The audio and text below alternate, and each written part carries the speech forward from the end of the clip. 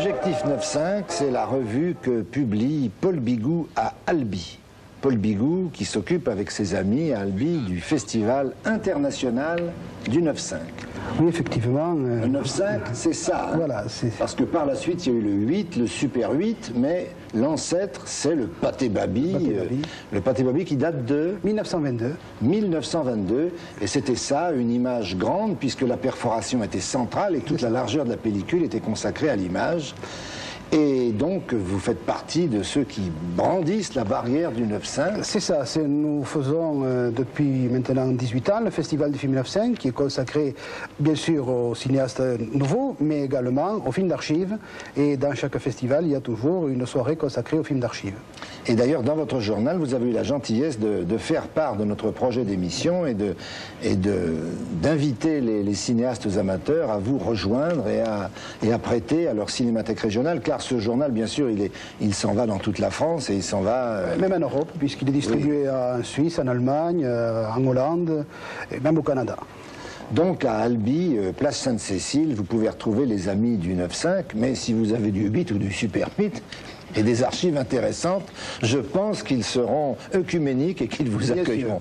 Alors le document que vous nous avez amené, vous, est un document tout à fait particulier, car c'est du 9.5 sonore. Effectivement, le cinéma amateur a débuté bien sûr muet, et à partir de 1950, Pathé a créé le son magnétique sur film.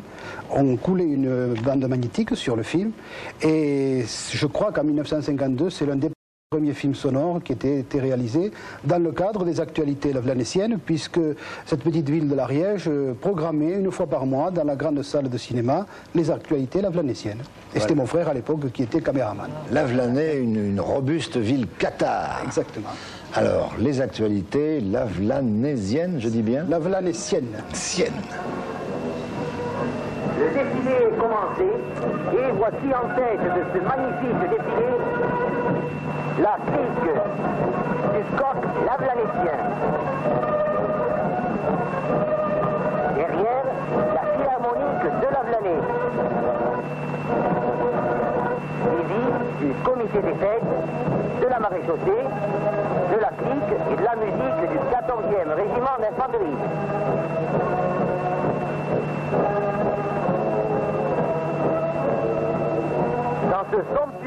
Et je dois dire que ces images sont touchantes, mais leur qualité n'a rien à voir avec celle que vous faites, vous, parce que je les connais, vos films. Oui, je vous remercie, mais la technique a bien changé, et le son maintenant est devenu haute fidélité, donc... Et ça, il faut bien le dire, chez les amateurs, le mot amateur signifiant qui aime. Qui aime, c'est ça. Eh bien, chez les amateurs, il y a des qualités d'image qui tient au fait que l'amateur peut souvent prendre beaucoup plus de temps pour attendre la bonne lumière et il y a dans les archives, encore une fois, des choses magnifiques qui dorment et qu'il faut réveiller.